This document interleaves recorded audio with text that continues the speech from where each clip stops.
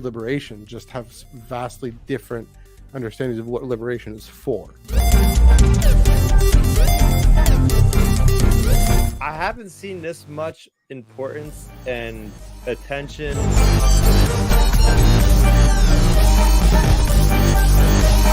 The story itself is a really wonderful, really great setup. Tractor beam has been engaged. Hello, everyone. Welcome to the Tractor Beam Comics Reviews on the Star Wars Underworld Podcast Network. Today is Wednesday, February 28th, 2024. It is the 9th week of comics in 2024. I'm Matthew, and that is a under-caffeinated, uncaffeinated Chris Abbott. Yeah. How you doing? How you doing, Chris? It's Bad Batch season, and that means I'm getting up at the crack of dawn to watch Star Wars because they're not putting it out at a decent hour on the East Coast again. Darn it.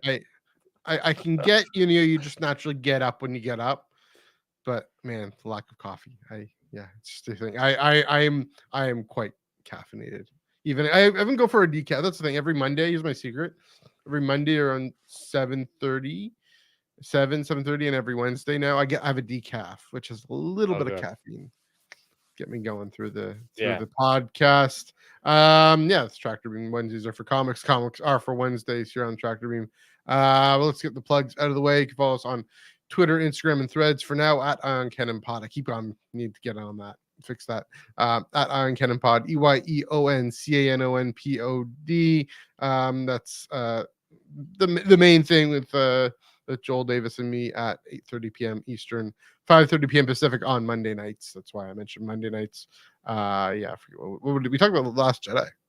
Just because we wanted to, our 100th episode. Yeah. We want to talk about The Last Jedi. Next, we're talking about political theory and politics, because we're talking more politics, because it's what we do. We're getting some great guests on there too. So yeah, there you go. Chris, plug away. Where can they find you? Yeah, you can find me over on youtube.com, where I'll be talking about, let me pull it out here. There we go. Latest Insider issue. I got my review of a recap of the latest story called Survivors. Mm-hmm. So that's on the YouTube channel, youtube.com/StarRaptor. I also have my little podcast there where we talk in depth with Bad Batch reviews every single week going forward. So that's at the Outer Rim Transmission every Sunday at 7 p.m. Eastern. And you can find me on Twitter, X, whatever, Star Raptor. It's Twitter. It's called Twitter. I'm just calling it Twitter. We will talk about Insider. I haven't gotten my issue yet. There's this line on a map, and I keep complaining about this. The line on a map somehow means that certain things can't cross that line on the map, even though thousands of trucks drive across that line on a map every single day. It's called an international border. It's the longest undefended land border on the planet, but what can you say? What can you do? Wait, really? It's the world's longest undefended, and I think, I don't know if it's the longest land border necessarily. maybe Russia and China, but the longest undefended one. I know that. Like, you can, it's easy. I mean, there's customs and checkpoints, but you can, if you got a good passport, you're fine. you'd be fine to come here to Canada. So I can keep complaining that till the cows come home, but I won't, because we got just one comic today, but a bunch of other things to chat about. We got Thrawn Alliances #2. Dive right into that. Written by Timothy Zahn and Jody Houser, of course, adapted from the novel of the same name, written by Tim Zahn. Art by Pat Olive and Andrew DeVito.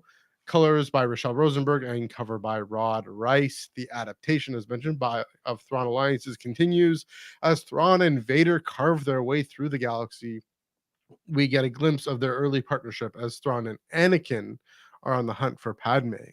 Jody Houser and original Thrawn Alliances novelist Timothy Zahn continue to plot the course of Thrawn's rise with Pat Olive and Andrea DeVito. This is interesting, putting credits in the description, but why not? What can you do? Get the names out, get the artists out. Yeah, this one, I'm saying, as a comic book, I don't quite remember where we are in the actual novel story, but I'm finding it's working as a comic book. And again, I think when we look back, we will wish there were more issues because they're having to be very economical with what they put in. I do remember when the novel, even at this point, there being a lot more Padme, or at least a bit more Padme and her handmaiden and everything going on Mukivsh.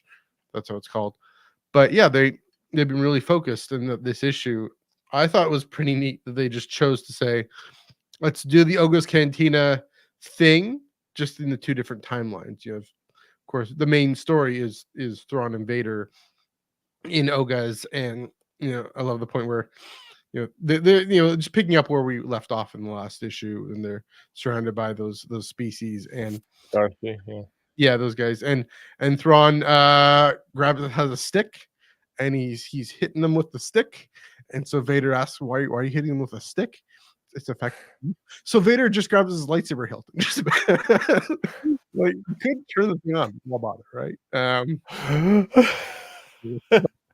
But also, yeah, I mean, it continues to be this really fascinating exploration. Just again, the novel does, but we see it visually of Vader being all the rage and emotion, and then Thrawn being all the analysis.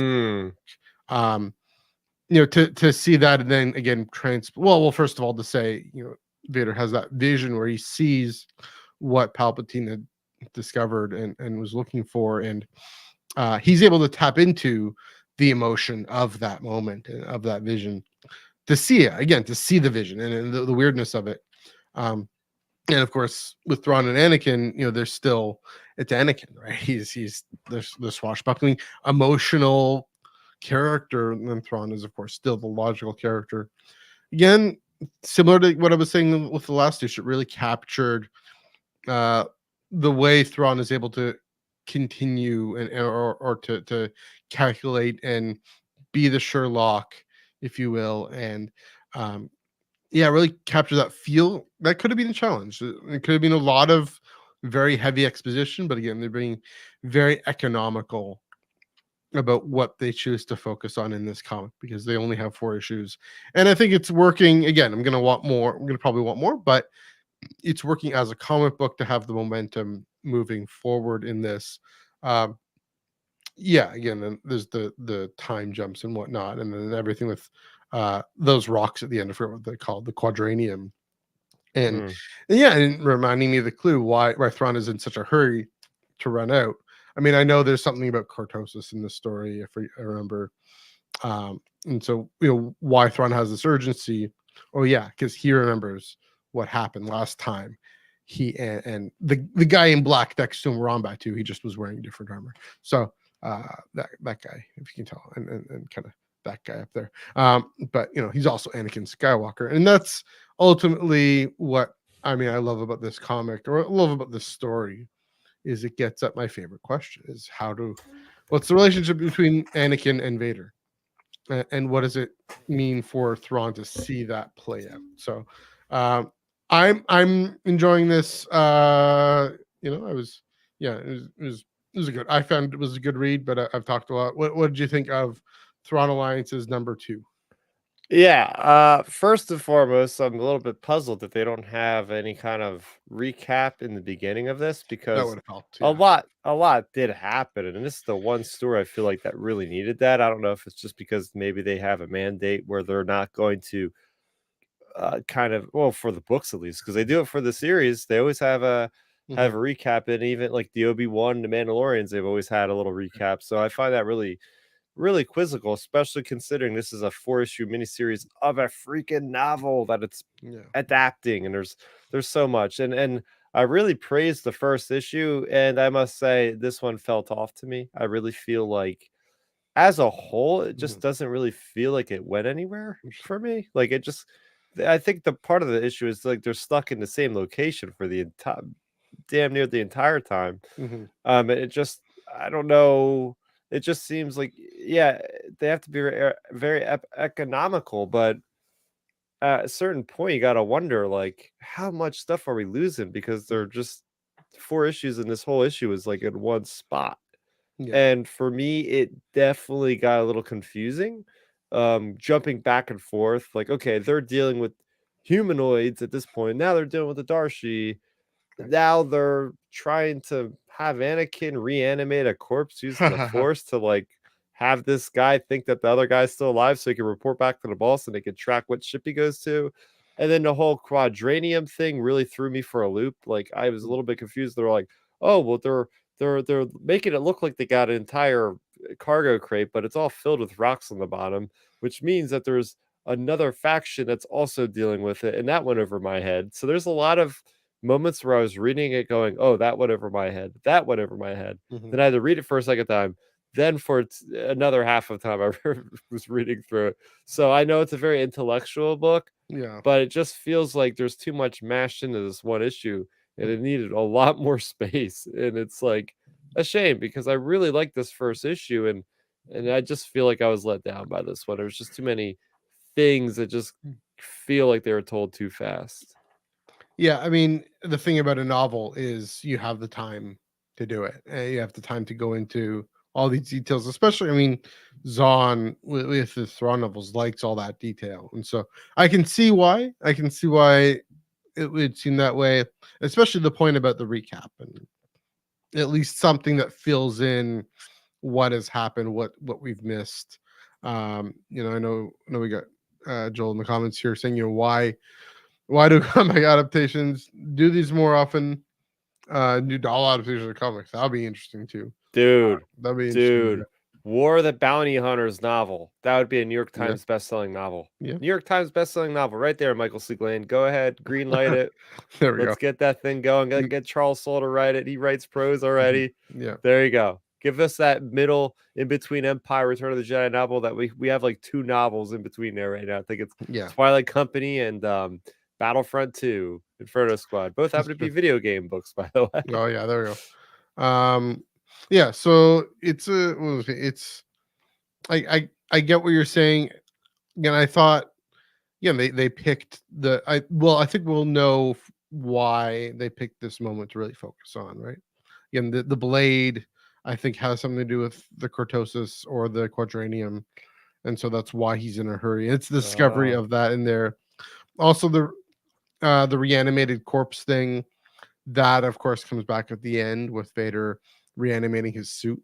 That's this novel, right? That's Thrawn Alliances, where he at the end he reanimates his suit into the cortosis factory. Am I completely making that Oh, up? really? I think I'm making don't remember that. I don't know if I'm making it up.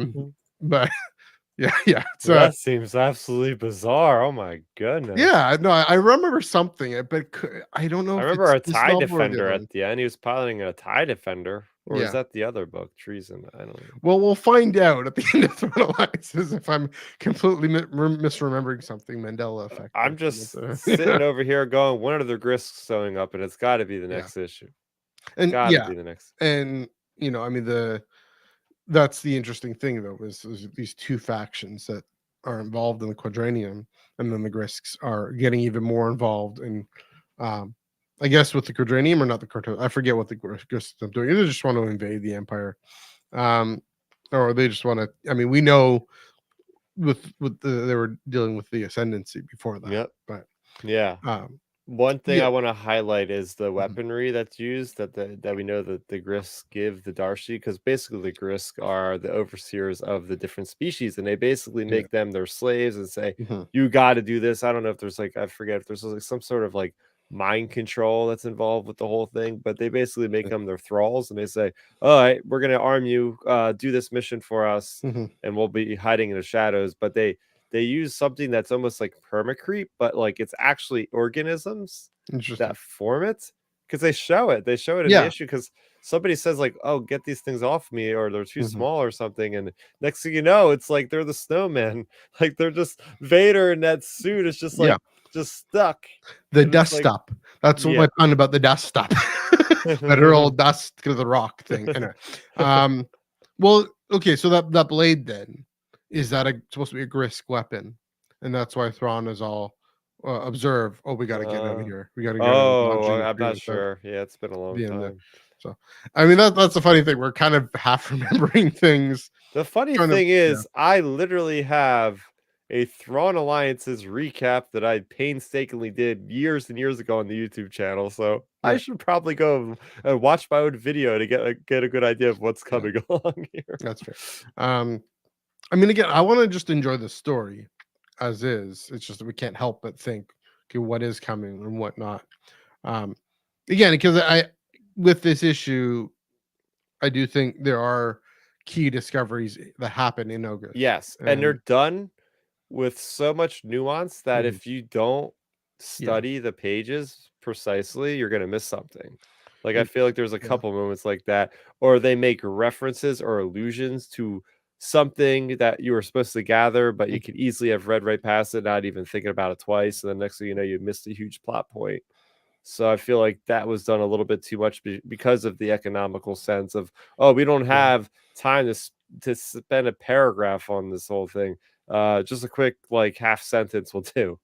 Yeah, I guess that's all they have, and even like Vader narrating, which was another weird thing. Yeah, he never narrates. What the heck? Which I mean, it makes sense, but I mean, it's one of these quirks of adapting probably his internal monologue. And it's insane because when you think about it, he Yeah. was never a POV character anyway in the book, I believe. So True. that's new. I guess Tim Zahn Oh, yeah. must have been the one that probably put that part in. Yeah, okay. Well, in that case, yeah, it couldn't have been his internal monologue, but well, I mean, he's narrating. I think he's telling this to Thrawn. It's just kind of off camera, if you will, and so Okay. they use the boxes as opposed to the speech bubbles. But sorry. Yeah, again, I didn't mind this comic. I enjoyed it. I mean, I wonder what this is going to be like reading all 4 issues together too. If again, we're gonna have a better sense. By the way, Yeah. I don't know if you looked at the back of the issue, but that's what the trade is cool. going to look like. Yeah, I'm a big fan of this cover art. that This is looks like Phil beautiful. Noto. This is I feel great like that's stuff Phil right Noto. here. Yeah. Speaking of covers, That's I definitely have Phil on Noto, I would order. say. Yeah, I have on order the variant of #1. Trying to get that in. Oh, I've been looking for that all over the place. Like the Thrawn Anakin variant. I've been asking people, being like, Mm. "Hey, does your comic shop have this?" And nobody knows. So I think there were actually issues with it. I think there were printing issues with a lot of them, Oh, and so they just didn't get shipped out. oh, Things like that. okay. And yeah, I mean, it was in high demand, which is weird because it was in such high demand, or too bad. I know, was it the San Diego Comic Con? It's the novel variant, I think. Yeah, Yeah. Dom got that, so it is in this apartment somewhere. I have seen it, but yeah, it's I'm gonna have the comic version of it with the. Hell I yeah. mean, get a virgin variant of that. Get a poster of that with the amazing. Yeah, I mean, that's another nice thing though, is seeing Anakin in the Clone Wars gear again. That's the thing. I mean, one of the reasons this comic comes out, is because because Thrawn and Ahsoka. Yeah. But also Anakin and Ahsoka, right? And seeing that. I really like the part when you have Thrawn in the past talking about Anakin and about him being a Jedi, and he's like, ah, yes, me of my people know about we've heard stories about the Jedi and the Sith, and he's like, the only reason why these people would be coming from this direction is because they already knew you were a Jedi, which means they're already on to you. Do you know these people? Like, I like all that cool dialogue that's happening between Thrawn, and then the whole idea of like Thrawn and Vader working together in a combat situation where like Vader's like, give me visual cover, and then like Thrawn's like shooting something up high and like obscuring Vader and like the cloud of smoke, and then like that was so cool. It's like seeing those guys teaming up. At one point, like you're saying, it's like Vader's just like, why are you using sticks? But then I'm trying to make sense of the panels because it was a little bit hard at first, but to follow. But it looks like he grabbed like a bottle from the bar and then like hit the stick on the bottle and set it flying in the face of somebody. And then, I think that's what happened. Vader like smacks him, so it was like this like really cool like team up moment. You would see, well, like, that's my panel of the week, if I can get it out. Honestly, my panel of the week. It's hilarious. But I guess it kind of speaks to Thrawn, or not Thrawn, Vader. See if I can find this. Vader kind of adapting to Thrawn's sort of way of piecing things together and working things together. I mean, obviously Vader's using the Force. It's pretty early, but yeah. So here he's this is pretty like the now about to the first page here, second page. blasters can also disable. Why do you choose to fight with the stick? Subtle fight with the stick. Subtly can be a useful weapon, my lord. And so we have then Vader standing there at the entrance, and then he's like, okay, well, I'll try it. Why not? Just right here with the there's the panel. Just the hilt. Just bashing them in the face with the hilt. It's like, but again, it speaks to, for some reason, this respect. At least we know Palpatine has told Vader to play ball, to play nice, and to work with Thrawn. Speaks to the respect that I think Vader has for Thrawn's ability to actually figure things out, and piece things together, and be a step ahead of Vader potentially, as we see at the end. He's in a hurry, and he's figured something out. Probably guessing about the Grisk with the blade, and you said you gave the impression that you were in a hurry. Gotta go. So, yes, but observe, and then they gotta go is what I mean. So, again,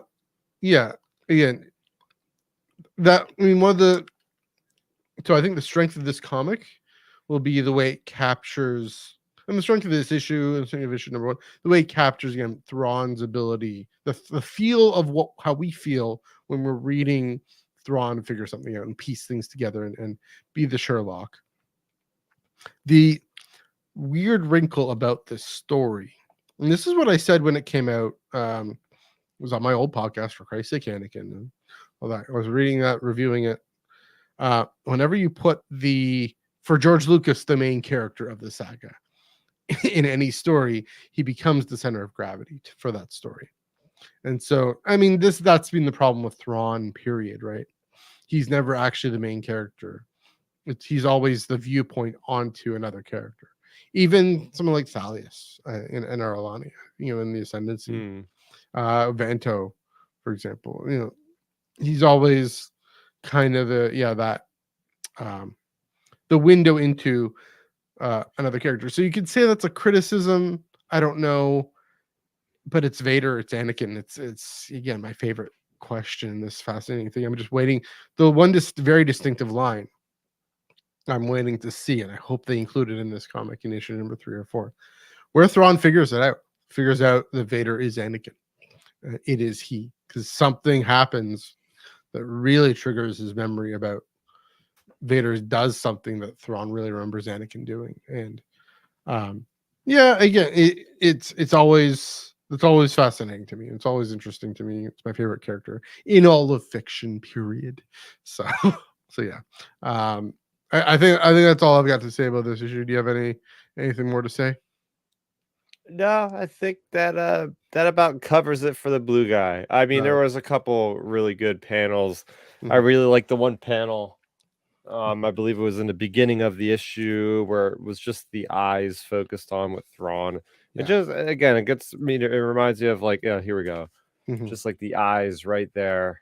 Very Rebels. Just very cool, right? It's just very comic booky, but it reminds you like this is an alien in Star Wars, and he's a mastermind, and he's able to stand up with the best of them, even though he's an Imperial and they're all xenophobic. And we've seen that in the first issue with that one Stormtrooper captain saying, "Oh, what is he parking there for? It's our spot," whatever. So yeah, it's great to see that artistic design, and again, just seeing things come to life visually on the page as opposed to in your imagination off the page. It's just it's nice. Yeah, I mean, Pat Olive and Andrea DeVito, they have as hard of a task, and it's a very different task than Tim Zahn and Jody Hauser, of condensing. They actually have to imagine these words. I mean, maybe it's kind of how comics authors do things generally, and they're already there. But to actually give us that panel, you can't write. Tim Zahn can't write in the book, look at Thrawn's eyes, but to actually give us that moment. It was very Rebels. That happens a lot in Rebels, I think, and it reminded me of in that show. We get, I don't know if we'd ever get moments that close, but we get moments of seeing his red eyes like that. And it was really great. All right, before we move on quickly, there was one Star Wars adjacent comic that came out today. It was Undiscovered Country number 28. It's co-written by Charles Soule with Scott Snyder. It's in the Image comic. Art by Giuseppe Camuncoli and Camo. that last panel, stuff of nightmares. If you know, you know. I'm not going to go into, but yeah, just that becoming cool. He does the internal art, and of course he did. Speaking of the line on the map, he did one of my favorite variants of all time. It's basically, so the premise of this book. I'll take a pause and talk about this. The premise of this book, this comic, it's an Image comic. The U.S. has cut itself off from the rest of humanity, and then basically built these walls around the country, and these shield walls, kind of like stone wall a little bit. But yeah, and nothing can go in, no one can go out, nothing can come in. And that's kind of part of the premise at the beginning. Anyway, the Canada's variant issue #1, it's just Canada and it's just Mexico and a blank white space in the middle. I've seen that before. Yeah, I've seen that before. It was also the trade dress for there we go. That's where it was. Yeah, at the Forbidden Planet in New York City. Yeah. So we're in the middle of the white blank, whatever. So line on map. That is that why I can't get the Barnes & Noble exclusive and of Living Force? Is that what it is? Is that what it is? Oh man. Fair. By the way, yeah, I guess we could talk about that. Comic adjacent, it's paper can. We got a first excerpt for The Living Force by John Jackson Miller.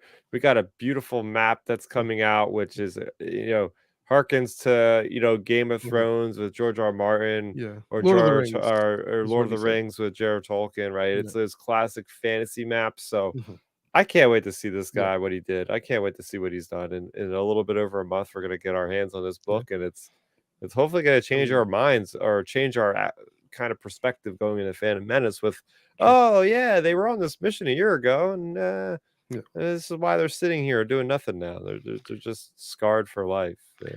You're gonna get your hands on. So you're gonna get your hands on the Barnes & Noble edition. I'm not. That's okay. I'm gonna keep complaining about that. It's just so silly. Indigo, just give him a call. So Joel and I talked about the map and the thing on Monday. This coming Monday, we're going to talk about the excerpt, so that'll be fun. But yeah, definitely something to keep an eye on. All right, speaking of nothing to do with comics, we got to get rid of that. There's that animated show very quickly. Just wanted to talk about that very quickly. Yeah, we have some news coming up. Don't worry. I should just send you the notes, Chris. Why don't I just send you the notes so you know what's coming? Wait, what's this? We're throwing the whole thing off the tracks here. No, we're not. I'm just. I told you that. Yeah, The Bad Batch season 3 very quickly because we each have our own other podcasts, so we'll talk about this. What is one thing from today's episode, a different approach that you take away from it? Stormtroopers and really cool cloaks. That was my main takeaway. Is, oh my gosh, the Bad Batch is doing a great job with just including great new designs. Nice. Great new designs. But no. I mean, honestly, just the episode itself was really good. I'm happy that Bad Batch is putting out an episode that's a standalone episode that really pushes things forward. We give it. Yeah, we kind of get grumpy sometimes. The episodes feel like they don't really go anywhere, and we're like, all right, well, we got to wait another week. But we're hot off the presses, hot off the heels of this really good first 3 episode, and we're getting right into it. I like how we're getting to see Hemlock still and see what he's doing over there. It's a great TV episode in general. I mean, you're going to see different perspectives of different characters, but the whole thing is, I guess, the major takeaway is Crosshair kind of being more amicable with Omega, kind of letting her do her thing, and that shows that relationship has now started to develop into something different, which is great. My big takeaway is Omega and Batcher. And Omega really showing similar to with Ezra and Animals. Omega was always thinking about the more vulnerable person, the more vulnerable character, the more vulnerable thing, the being in a more vulnerable situation. On Monday we talked about how if she's force sensitive, is she going to be able to use that in a positive way, in a heroic way? And here showing just how much she was willing to risk for and also to say, you don't take Crosshair, you don't have to go in guns a-blazing. We can work this way out. We can be smarter than that. And for this kid of that age, however old she is, to be that smart, to have not just simply to be that clever, but to be that kind. There's a Taylor Swift reference for you guys. To be kind about and calculating about doing things a more peaceable way. So yeah, definitely. As you mentioned, Chris, you'll be talking about this on Outer Rim Transmissions. I know for a fact the flagship tomorrow night is going to be talking about here on the Star Wars Underworld. And yeah, and on Monday, Joel and I will give our eyes on screen. But for now, let's move right along. We got a bit of news. Yeah. First off, I want to say one thing about news and Tractor Beam. I know a lot of comic podcasts do look at solicits a lot. Deal with solicits and fair play to them. I mean, that's the news coming out. Gotta stay on top of it. I tend to stay away from solicits because just my own way of avoiding spoilers and wanting to go in as fresh as possible. I was kind of on the fence about the Living Force excerpt, but I'm going to go for it anyway. It's a Jedi. Wow, you're a better man than me. But you know, I've sworn off of reading the book excerpts because they're too big a chunks. Yeah, and I feel like, and I hate it when I get to that part in the book. I'm like, oh, I've been here before. Do I want to just skip past it? And I end up reading through it, but it's just like I wasted my time. Not really wasting it, but just like I've already committed to buying the thing, so you know it's a Jedi Council scene. Anyway, but you know there's solicits out there. There's Vader solicits and other solicits. Yeah, me and Joel have been talking about. Yeah, you and Joel, go ahead. You and Joel go nuts. I'm like, okay, give me a cover. That's fine. It's not the internal story. Give me a release date. You know, okay, tell me High Republic Adventures is being pushed back. That's fine. Give me that news just so I know what's happening. But yeah, I don't necessarily want to read the internals. I don't even read the publisher summaries. Like, I wait till after I'm done reading the thing to actually go into Previews World and put the publisher summaries in my notes. So that's just that note that I tend to not address those news. Again, that's just me. If anyone else, other podcasts out there want to go for it, fair play to you to be on top of things. Yeah, I'm happy to just get things when they come in. You know, if there's a new book that's announced, new whole run that's announced. Oh yeah, that's different. That's different. But as the thing here says, you know, there is one whole volume that was announced today. Was it today? Yeah, or yesterday? Today, one of those days. StarWars.com giving us some insights on Edge of Balance. Now, volume 3. I'll do the scroll there. It revealed this wonderful, awesome cover by Mizuki. Arkoff. Yeah, Mizuki Sakakibara, of course, Master Arkoff. It is his time in the sun, in the snow. I'll get to that in a minute. Of course, it's written by Daniel Jose Olderer and Shima Shinya with art and cover by Sakakibara. I hope I'm pronouncing that right. That releases August 13th, and they gave us a description. It's a whole volume, so I'll read the description. That's fine. The destruction of Starlight Beacon also destroys the peace once protected by the great Jedi of the High Republic era. In the year since Jedi Knight Lily Tora Asi defied the Council's order to return to Coruscant, the Nihil continued to storm the galaxy, advancing in from the Outer Rim and expanding their territory. Despite the encroaching storm wall, Lily stands her ground and reestablishes Banshee's Jedi Temple. Banshee is not to be abandoned, and its long-held secrets, begin to unfurl as Jedi Master Arkoff returns to connect the pieces into a mystery long buried. Sakakibara in the article also has this quote: I envision the covers of Edge of Balance to represent the 4 seasons. So Volume 1 was Lily, was autumn. Volume 2 in Phase 2 was Kieran, was summer. So this time will be Arkoff in the winter. The Jedi are facing a tough time, but after winter comes spring, which makes me kind of wonder, is there going to be Volume 4? That's what I was wondering. That hasn't really been announced yet, but also part of Phase 3. So that's the description. What do you think of this cover? What do you think of the description and everything to do with Edge of Balance Volume 3? Yeah, it's great to see because I kind of honestly forgot about this series because we've had the slate of High Republic novels since Celebration in April, Mhm. and this wasn't anywhere to be found on there. Yeah.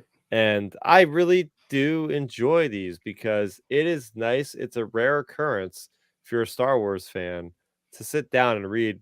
It's not a comic, it's a manga, but read like a full-fledged contained story in one 20-minute sitting is Yeah. really cool to do, especially with how impactful Edge of Balance, the prelude was, or whatever it was called, Mm. for phase 2. Like, that's where Aslan Rel comes from, and without that knowledge, you would know where the heck is this guy coming from? This Mhm. evil guy that's dealing with dark force powers and all this sort of thing, prolonging his life, and the Nameless is terrifying in this, Japanese style art. They're very terrifying, Mhm. monstrous, and even more. And so, but yeah, I'm very, very much looking forward to seeing what the secret is, Arcov, what's so important about Banshee as a planet that they keep going back to this place for. So yeah, I'm very excited Mhm. for this one.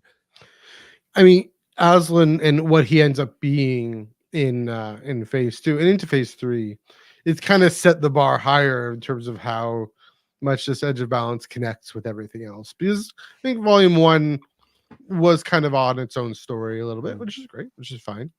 Yeah, volume 2 ends up really connecting. I mean, it connects, of course, Arkov's origins there a little bit, but then of course Aslan. Is Arkoff, he's also in Path of Vengeance, right? Am I remembering that right? I think a little bit. Or Yeah. at least or Edge of Balance also, I think, has to do with the Battle of Dalna as well. Well, it wasn't the, Yeah. isn't this going to be the fourth one? Because Precedent, right?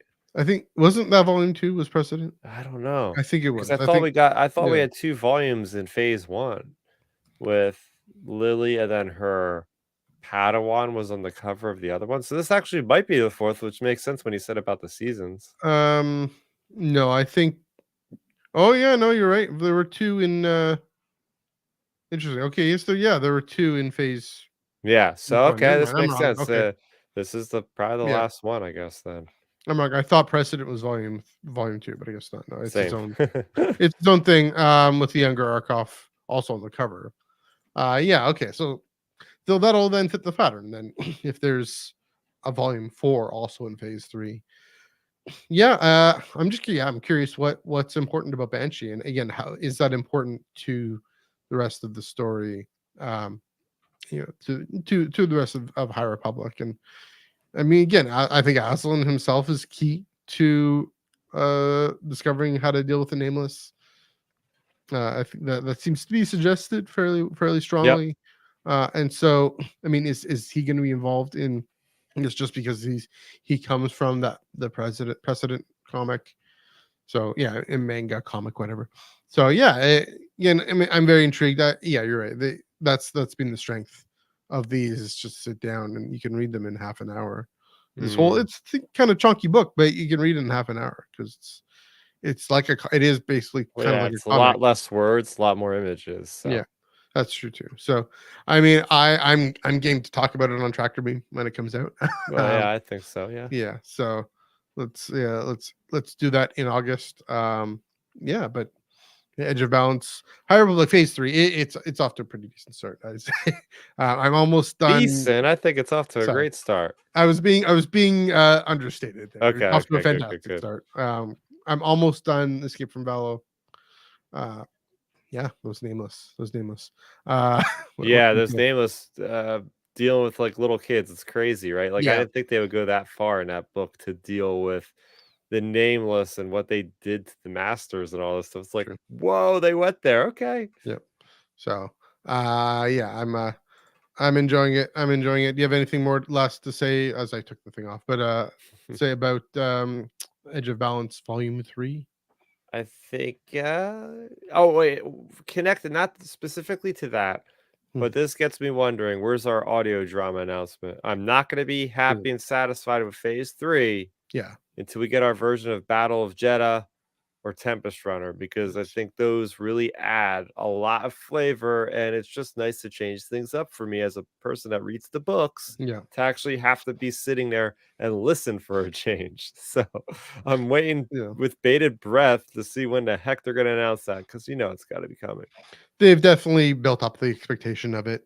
The Battle of Coruscant in the High Republic. It's Oh already my gosh. about the Battle of Coruscant is the beginning of the greatest film of all time. So it's okay. Yeah, you never know. You never know. It might be Coruscant, might be something else. Might be the battle. That was Marchion Row at the end of what was that one comic we read? Oh, it was the anthology of the 4 issues, where it was the status of Starlight, number 4. Right. And in the last panel, he's looking at Coruscant. Yes, that is true. We talked about this off air. It was like you could tell that is Coruscant, the hologram. He's got his eyes set on Coruscant. It's gonna be the climax. I'm calling it here. All right, I can see it. I mean, I think that might be the Charles Soule novel, Rise of the Jedi. Ooh, that seems to be likely in that case. They're not going to be happy with just the Outer Rim. They want more. Yeah, which is fascinating. I mean, that's an interesting. I mean, we talk about the relationship between High Republic and the whole prequel trilogy. You mentioned, I guess you were talking about Living Force and Phantom Menace. You're thinking about the Acolyte and Phantom Menace. How about Trials of the Jedi and Revenge of the Sith? Like, that connection, at least a spiritual connection, right? Not necessarily. I don't necessarily need to have any Sith in High Republic at all, but in terms of the spiritual connection of this, the greatest threat to the Republic since the Sith are the Nile, and that much is clear. So, and one last thing to say in terms of this whole initiative, there has been this kind of astounding parallelism and consistency in terms of the media that are used. So it is a multimedia thing, but they've been consistent in getting and in using the different media, and I think that's a matter of the fact that they've just gotten the mix right, especially in phase 2. They really got the mix right in terms of relating novels to comics, to the audio play, to this manga. It really works around. So I believe you. I mean, I think we got rumblings of it, got some mention of that there will be one, I thought. Really? Maybe in was it at Celebration or Comic-Con? I don't know. They've got it. At the very least, they've got it. Like, it's I mean, both Kevin Scott and George Mann. Just have Kevin Scott and George Mann write it together. Why not? Ooh, there you go. Unless they get Alyssa Wong to do it, which would be also great. I don't know. I'm just manifesting things into the galaxy here. So that's kind of it. What we got. If you have anything more to say for this week.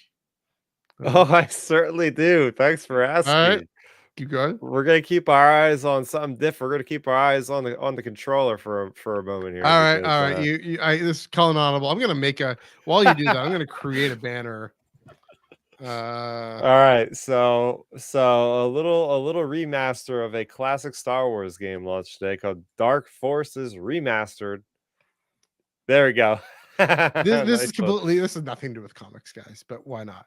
We wanna talk about it. Or Chris, I'm sure I can find some way to connect this to the comics. All I know is it's got Kyle Katarn. It's got Dark Troopers, which appear. Oh, it's got an Andor connection. I was literally doing a mission on Fest today, which is where they find Andor. Although in this game, it's actually a wintry condition place with an Imperial stronghold on there. But I'll keep it short and sweet because I think this is how you do a remaster. It's not a remake. It's not like building levels from the ground up. They're putting nice little textures, and it's widescreen support. So it's on all the next gen systems, PC. So it runs really nice, buttery smooth. And the actual FPS mechanics have been improved before. Back in 1995, when this game was out, you couldn't even aim up. It was a first-person shooter. You couldn't aim up. Like, you would shoot straight, and if there was a guy up high, the laser would just magically like fly up. That's funny. So now you actually can like move your character around up and down on a vertical axis. So that alone is just worth the $30 for me. But no, they did the cinematics. They redid cinematics. They got Scott Lawrence to reprise the role of Darth Vader. And I don't think he was in the original game, but that's the same guy that was on Resistance. Same guy that did the voice of Vader in Vader Immortal. So yeah, I just wanted to shout that out because if any gamers out there want to spend your money on another remaster, they go ahead and check it out because we also got the Battlefront remasters coming out in 3 weeks. So I'm actually excited for that a little bit. I don't know if I'll get them, but I mean that's one game I played on PS2 a little bit. Yeah, we got some comments here. Oh, he was eager and so yes, that's I couldn't remember the name. I actually met him at Celebration 2019. Nice. Was it 2019 or it might have been 2022 in Anaheim? Or Anaheim, It was either Chicago or Orlando. I was like it was like the last 30 minutes of the con. Place were closing. I was looking at this t-shirt stand, you know, one of those giant t-shirt stands. I'm looking, and then I hear this really deep voice behind me, and he's like, "I'll take the Vader shirt," and I was like, "Oh my gosh!" And I like shook his hand. I was like, "Oh, I'm a big fan. I love what you do with Vader Immortal. I love what you're doing with Resistance." Really, really cool guy, Scott Lawrence. That was because he was just there. He was just like with the rest of us peasants out there on the floor, just trying to buy merch. And it was like, that's pretty cool, you know. It's probably 2019 because that's when Resistance was kicking around and kicking. Out. Kind of like how Mark the Cannon Legend Thompson. Both Celebration Anaheim and New York Comic Con. He was just hanging out. I turned around and you're like, wait, I got to do something. I turn around, you're talking to him. Like, oh, okay. Yeah, I gotta figure get him over this shield wall up the storm wall and come to Toronto Comic Con or Fan Expo Canada. Something. I can't pay his airfare, so I can't afford that. So you know, there you go. So yeah, that's Video Game Mayhem. Maybe we can use that a bit of an audible if we want sometimes. Well, I'm sure we'll say that in 3 weeks from now when I have a few words to mention with Battlefront 2. There you go. There you go. We do like to focus on comics and comics reviews, but if they're only releasing one comic, then what can we do, right? Yeah, I mean, we already kind of broke the tradition when you started talking about Bad Batch last week. Okay, well, I could just stop talking about Bad Batch. That's fine. I didn't even mention my favorite part of the episode. What was your favorite part of the episode? The huge Jurassic Park references towards the end of the episode when they got the cages of the different alien species, and they literally have one of the characters with like one of those like stun batons that the guy used in the beginning of Jurassic Park with a raptor, and then at one point the different creatures break through and they have an alien species that's new to Star Wars that basically looks almost exactly like a Gallon mammoth, which was the dinosaurs with the long necks that are running away from the T-Rex in the fields after electric fence, and then. I could start going on a tangent with this. I have seen those movies. I have seen those movies. And then at one point at the end of the episode, the that Imperial officer gets like snatched. I'm guessing it was a Rathtar by the tentacle to go in a thing. I was like, that is literally there. They were like, this is the Velociraptor that eats the guy in the beginning of the movie. that was pretty special, that moment, I think. All right. Anyways, back to comic books. Speaking of comic books, hopefully there will be more stuff to review next week. I got ongoing number 44, the beginning of the Trial of Lando. Charles Soule writing. I love it. Drama. And I just got a High Republic number 4. And sorry, Chris, cut you off completely. Speaking of High Republic, speaking of along the road, High Republic number 4, and hopefully I'll get my insider issue in, and then we can talk about that short story. That's by Alyssa Long, right? Who's that by? Oh, that's Lydia Kang. Lydia Kang, sorry. Completely different people. Two completely different people. Yeah, so that's next week. Yeah, go to your local comic book shop. Feel free to check out digital if you want, but definitely go to your we think you should support local. Go to your local comic book shop and pick up those issues, including Insider. You can probably get it there, potentially, or at least ask. You can. They sell it at my place. Yeah. Yeah. So anyway, sorry. What were you saying before I so rudely cut you off? I was trying to insert that right in there before you moved on to High Republic. Okay. I was just saying, you gotta love it when it's a 2-week wait of time between an issue of a series, because it Yeah. was literally last week we were talking about the Luke stuff. And it's like, oh, that's a pleasant surprise. We get to go right into the next issue of Star Wars 2 weeks later. Yeah. And then it's the polar opposite effect of High Republic, because in High Republic we haven't had in over a month, because literally the entire month of February went by without a single issue. And I think they're making up for it, I believe, with 2 issues in March. So yeah. There's there's High Republic, the Marvel Kevin Scott's, and then the DGO series. Although I think the Crash Wong, speaking of so the Crash Wong art issue. oh yeah. I forget what it's called. Crash of something, not Crash of Fate. A one shot. Yeah, the one shot. I think that's coming out in February or in March as well. To be fair, February is shorter than the rest of the other months, True. even though this year it's shorter by one less day. But it's take the leap. But yeah. So anyway, check out your local comic book shop for those again. I'm looking forward to the trial of Lando, and of course more Keeve. Always give me more Keeve. Yes. Master Keeve Trennis. Yes. She's Yes. going, And from what I've seen and it solicits, I don't want to give too much away. There's more going on than just Lando on trial. So that makes me happy. I'm infinitely more excited. If we were stuck in a courtroom for 30 pages of 4 issues, I'd be like, this is a little boring. So you and I are two different people. At least we get a little bit of action somewhere else. Like, I mean, they gotta, right? Again, the beeline is especially what we got in issue number 43. We're getting Invader. Yeah, they gotta. I mean, we've been calling for this all through 2023. We're all, where's this coming? Where's this going? Where's this going? Yeah.